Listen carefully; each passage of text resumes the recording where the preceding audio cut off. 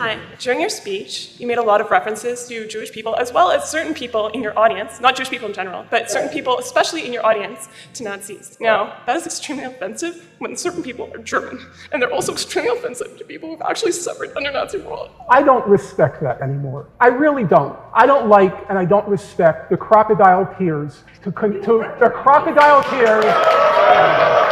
No, I'm sorry, folks. Allow me to finish, and allow me to finish. Listen, sir, allow me to finish.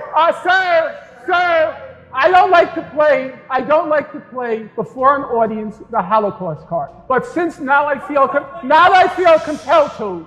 My late father was in Auschwitz. My late mother, please shut up.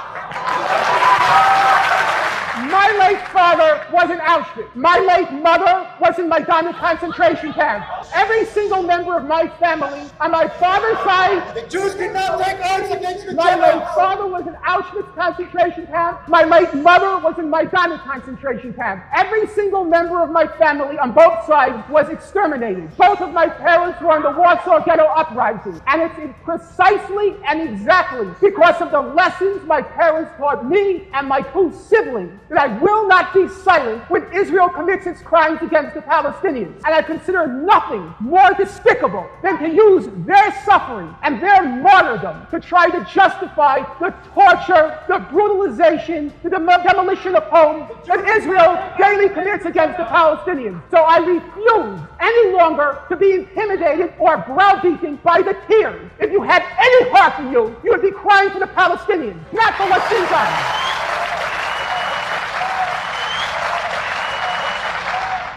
Would you condemn Hamas for what they did? My view is as follows. Number one, as far as the evidence shows now, atrocities occurred on October 7th. The magnitude of the atrocities and the types of atrocities, for example, were children beheaded, were women raped. That remains, so far as I can tell from the evidence, an open question. However, that there were atrocities that occurred, my answer is yes. That's a factual question. And then there is the legal question. As a matter of law, it seems unquestionable that the people who perpetrated these atrocities would be prosecuted and convicted in a court of law. However, I would say on the legal question, I should think that there would be some mercy shown because those who carried out the atrocities were concentration camp inmates. Number three, which I think is the one that concerns you the most, is the moral question. My basic precept is that there but for the grace of God go I. That is to say, I'm very reluctant to condemn people who are in a position or in a condition such that were I in that position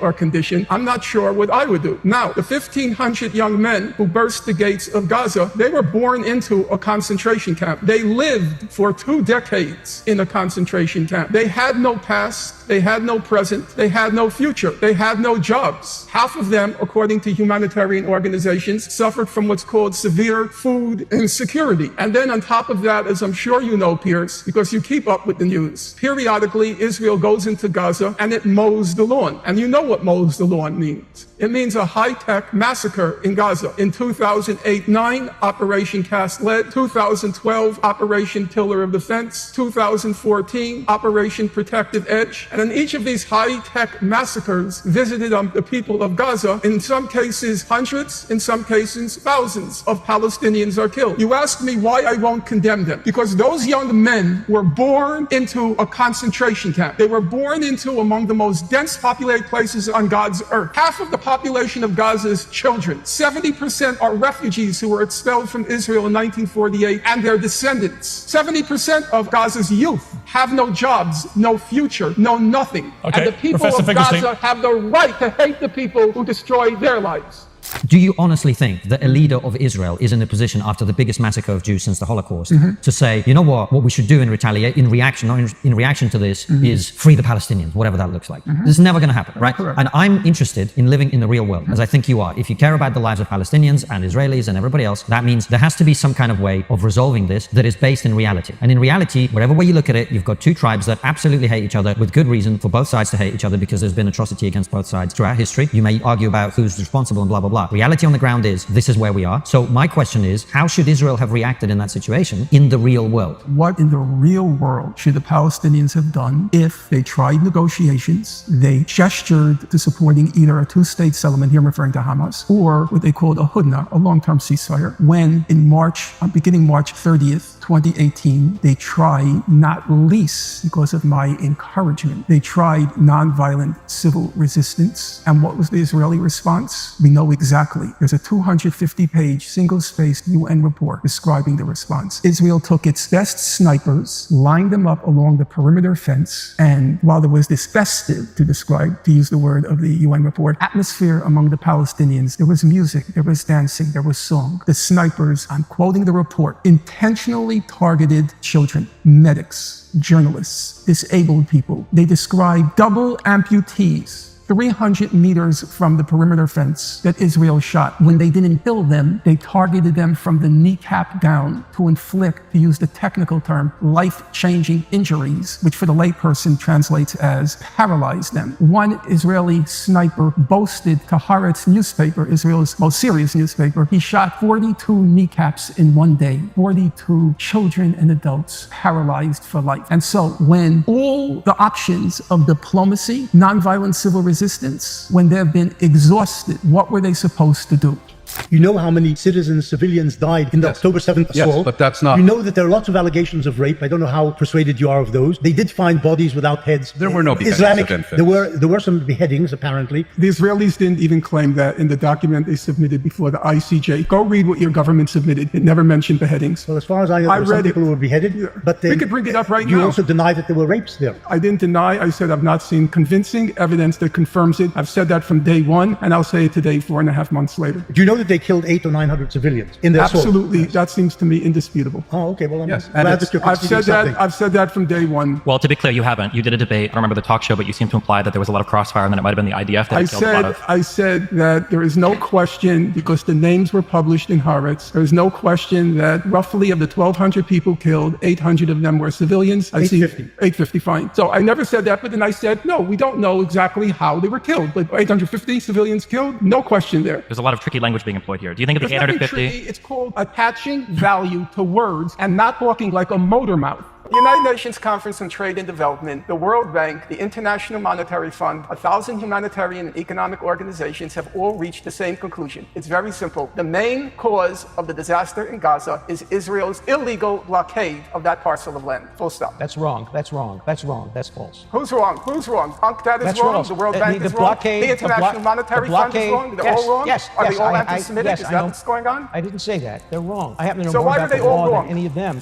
Because the blockade was completely lawful. It was designed to prevent the importation and then the use of rockets against Israel. It's perfectly lawful for a country to engage in a blockade. That is, you're not, let me finish. You can't have a double, look, Israel is exposed to a double standard, but we're not letting you impose a double standard on me. No, I'm going to finish my statement and you're not going to interrupt me. So understand me. The military occupation was lawful. The blockade was lawful. Every country has the right to defend itself from rockets, from terror tunnels, from people coming over the border, murdering and kidnapping people. Those are all lawful. I'm telling you that as an expert in international law and the law of war. If you want to dispute me, get an expert who knows something about international law. Not a polemicist like Professor Dershowitz, Professor Dershowitz, just as a matter of fact, I teach the laws of war. I've been teaching it for the last 5 years. To my understanding, you're biased.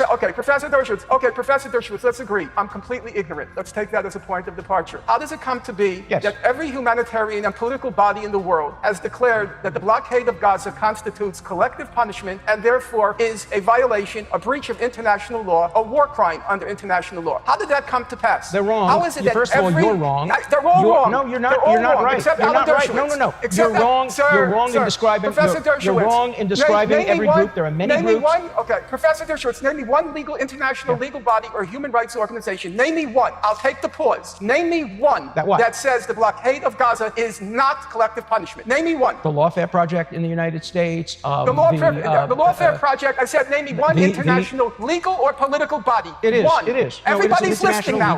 Piers Morgan has a very large audience. Name me one international or legal or political body that says the blockade of Gaza is legal. Name me one. It is legal, and every organization that I have been associated with, the Lawfare Project, the project run by a woman named Leitner, and International Project, have all concluded that the blockade is legal. Also, the Israeli Supreme. Professor Morris, yes, you just said I would condemn anytime Israel deliberately attacks civilians. Yes. Okay. The problem, Professor Morris, is over and over again you claim, in the face of overwhelming evidence, that they didn't attack civilians. That's not true. I've said Really? Israel has attacked civilians. Professor In Morris. Kibya, Israel attacked Right, civilians. Professor And I've Morris. written extensively about I it. know that. In Kafr Qasim, they killed civilians. And I've written now that. let's. So you're just eliminating, you're selecting. As Stephen says, you cherry pick. If I were you cherry pick. Let's fast forward when you were an adult. What did you say about the 1982 Lebanon War? What did I say? You don't remember? Okay.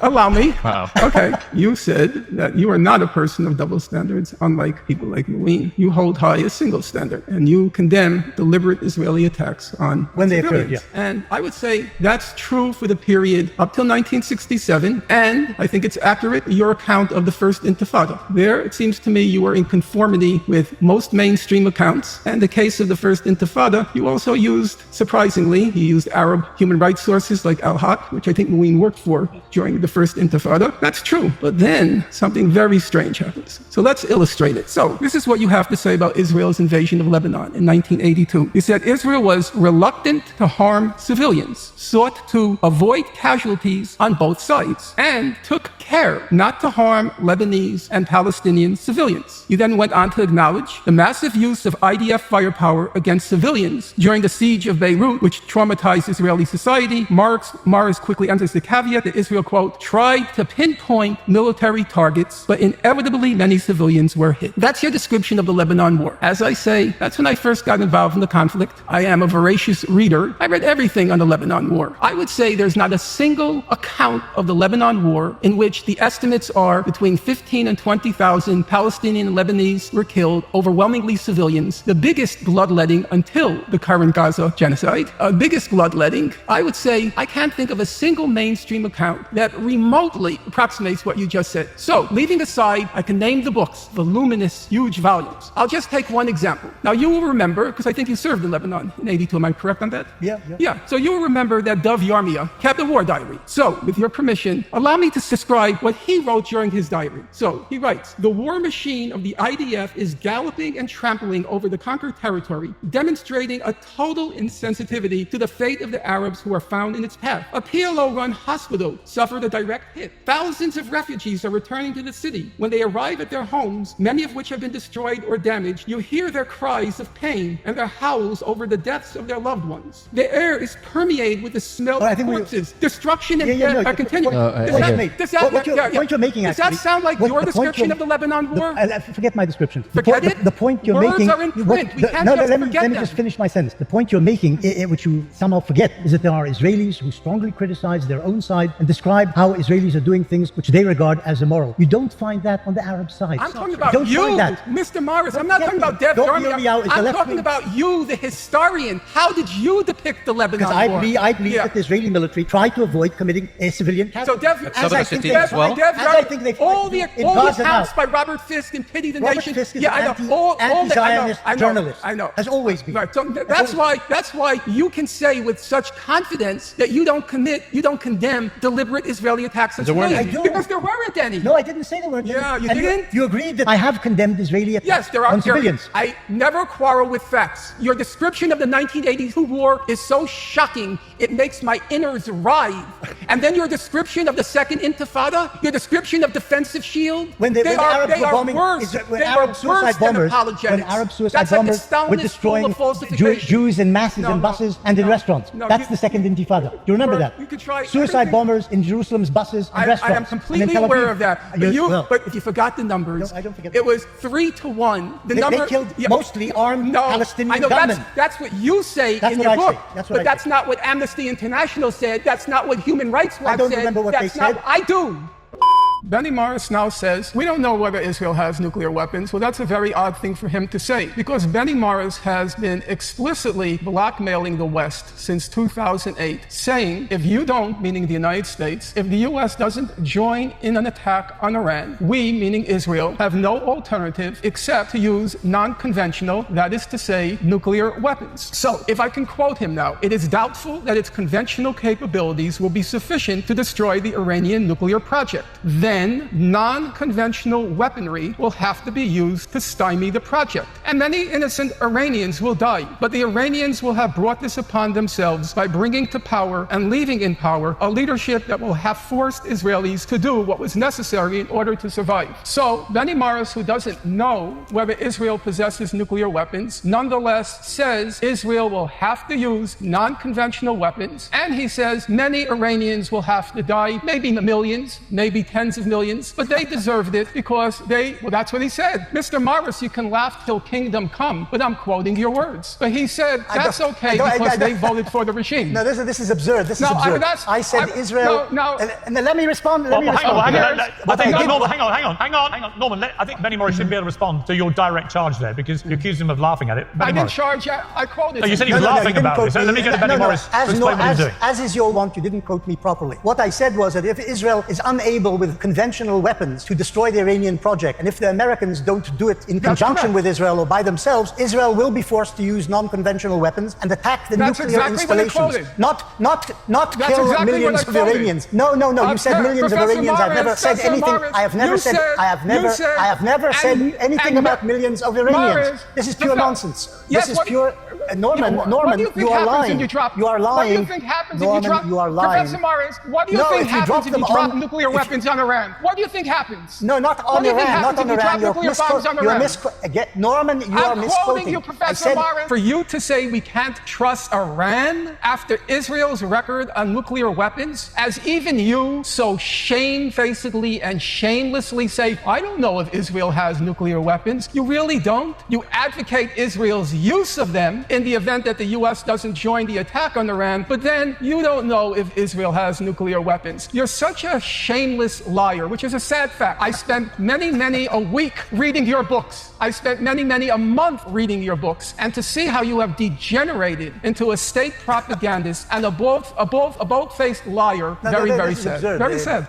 Every time they target a kid, I'm sure they believe it's Hamas. When they killed the 4 kids in the, they believe. I know they believed it, even though they were diminutive size. Even though they were diminutive. You don't see the size. No, they saw it. Let's leave it aside. Oh, I know what he's quoting. You've lied about this particular instance in the past. Those kids weren't just on the beach as is often stated in articles. Those kids were literally coming out of a previously identified Hamas compound that they have operated from. They literally. Mr. Borelli, with all due respect, you're such a fantastic moron. It's terrifying. That wharf was filled with journalists. There were tens, scores of journalists. That was an old fisherman's shack. What are you talking about? It's so painful. It's so painful to listen to this idiocy. And to be clear, on the other side, you're implying that a strike was okayed on the Israeli side when they said, we're just going to kill 4 Palestinian children today for no reason. Do you believe that? Do you believe that? Do you believe that? Right. You believe that? Hotel journalists. Do you think that they were out to kill 4 children? Here we go. I will never answer that. I will answer the question. Pilots were out to kill 4 children. I will even answer and it was because that was a strike. That was a drone strike. That was a proof all the way up the chain that we're going to kill children today. We're going to kill Palestinian children. You want me to answer, or do you want your motor mouth to go? Okay, answer. In 2018, there was the Great March of Return in Gaza. By all reckonings of human rights organizations and journalists who were there, it was overwhelmingly nonviolent. It was organized by the Hamas. Whoever organized it. It's organized by Satan. Let's start with by Hamas. Okay, by Satan. I agree. Let's go for the big one. The big Megillah. It's Satan. Okay? Overwhelmingly nonviolent. Resembled at the beginning the first Intifada. Represent the first. Okay. Not bombs. But they tried to make holes in the fence. Okay. Obviously. Let's continue. So. But I'm not sure Israel behaved morally in that respect. Okay. No. Okay. Wait. I'm willing to grant you. Please. Allow me to. You don't have to pursue this. Allow me to finish. I don't know anything about this. I'd like to. Okay. As you know, along the Gaza perimeter, there was Israel's best trained snipers, correct? I don't know best trained, they were snipers. Fine. Snipers. Okay, all right? Because, hey, laugh. It's hilarious. The story's so funny. You're lying about it's the Great so March of Return had aspects of violence to it. According, even the UN says it themselves. But you only select what the UN says that you like. See, the problem, Mr. Morelli, is you don't know the English language. You don't I can read from the UN website itself. In regards to the Great March of Return, they said, while the vast majority of protesters acted in a peaceful manner, during most protests, dozens have approached the fence, attempting to damage it, burning fires, throwing stones, and Molotov cocktails towards Israeli forces, and flying incendiary kites and balloons into Israeli territory. The latter resulted in extensive damage to agricultural land and nature reserves inside Israel, and risked the lives of Israeli civilians. Some instances of shooting and throwing of explosives also talk fast. I'm just People think that you're coherent. I'm just reading from the UN. Yeah, but you I know see, you like them sometimes, only when they agree with you. You got the months wrong. You got the months wrong. We're talking about the beginning in March 30th, 2018. You just described that March as mostly peaceful. Okay, allow me to finish. So there were the snipers. Now, you find it so far-fetched. Israelis purposely, deliberately targeting civilians? That's such a far-fetched idea. An overwhelmingly non-violent march. What did the international investigation... It was a campaign. Yeah, whatever you want to call it. For months. Whatever you want to call it. For months. Yeah. What did the UN investigation find? Well, he just read it. I read the report. I don't read things off of those machines. I read the report. What did it find? Brace yourself. You thought it was so funny, the idea of IDF targeting civilians. It found, go look this up on your machine. I already know what you're going to say. You're going to say it found that only one or two of them were justified killings. Targeted journalists, targeted medics, and here's the funniest one of all. It's so hilarious. They targeted disabled people who were 300 meters away from the fence and just standing by trees. This is true.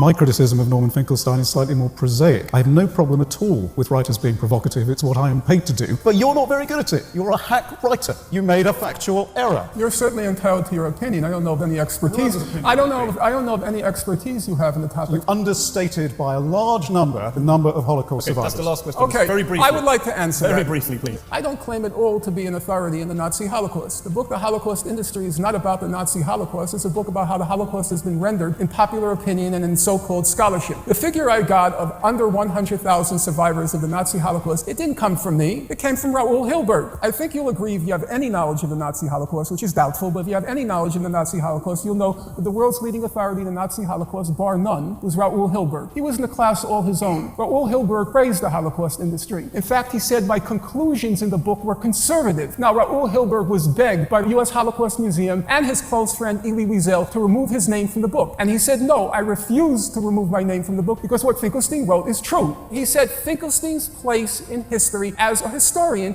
is secure. And what was done to me was a travesty. So when you come along and say you're a hack writer, I attach as much value to that as I attach to the dust on this floor.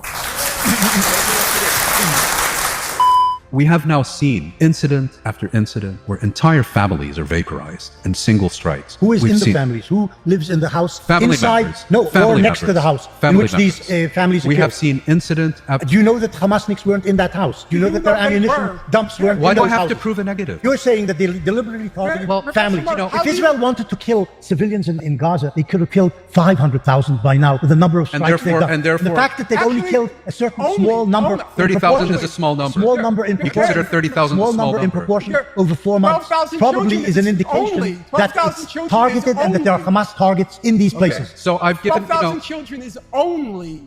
And if that's the case, why is it? Yeah, you said only. Professor Morris, here's a question for you. If we take every combat zone in the world for the past 3 years, every combat zone in the world. In Vietnam, the Americans killed I said, a million I'm not people. talking about Well, they could have Vietnam. killed 40 million. I was in the anti-war movement. Don't The Americans distract me. killed a million people in Vietnam. Fine, 30 million Russians were killed during World War II, so everything else is irrelevant. Here's a question, Professor Morris, here's a question, it's very perplexing. If you take every combat zone in the world for the past 3 years, and you multiply the number of children killed by 4, every combat zone in the world, you get Gaza, okay? So when you What say... is that supposed to prove? Okay, I'm going to tell you, just shut up. You're relying and on I'll tell Hamas you, numbers. No, I'm not Hamas relying. numbers are I'm not relying on the necessarily numbers true. that You know everybody that. else. I'm relying on the numbers. Even if we take the numbers, though, what does that prove? Those are Hamas numbers. Okay. Which may not be Fine, true. fine, They could invent fine. anything because I you know think- that they are I a think we- mendacious I think we organization. all- I know mendacious, believe me. You like words. mendacious as in the Mendacious Israeli organization. Ministry of Foreign Affairs. So here's the thing. You say they could have killed 500,000, but they only killed, that's your word. They only killed 30,000. You believe that they deliberately target civilians. They would have killed many you more. see, The fact is that they don't Professor deliberately Morris, target civilians. Professor Morris, for a And you don't understand for a the historian, I don't want to understand Israeli society. You You want to know the understand truth. how it I don't want to. I don't want to get inside their heads. That's the problem. 90% of A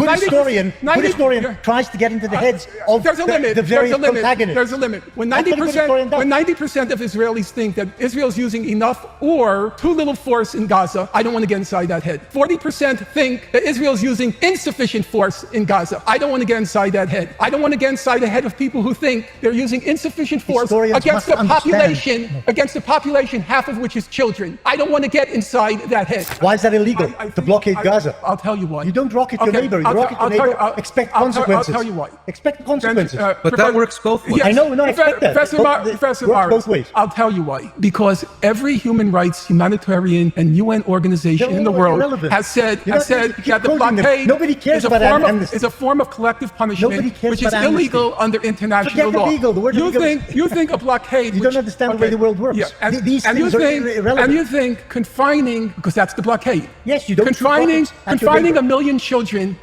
That's the choice of Hamas. Combining that's Hamas 1 million children in what The Economist called a human rubbish sheet. The Economist supported Israel in this war and continues to support Israel. What International Committee of Red Cross called a sinking ship, what the UN High Commissioner for Human Rights called a toxic slum. You think it is a slum? You think but it's caused by under the international law? You think it's legitimate? Forget the law. Hey, I know you want to forget the law. It's the one thing that it's what every Israeli fears the most. What?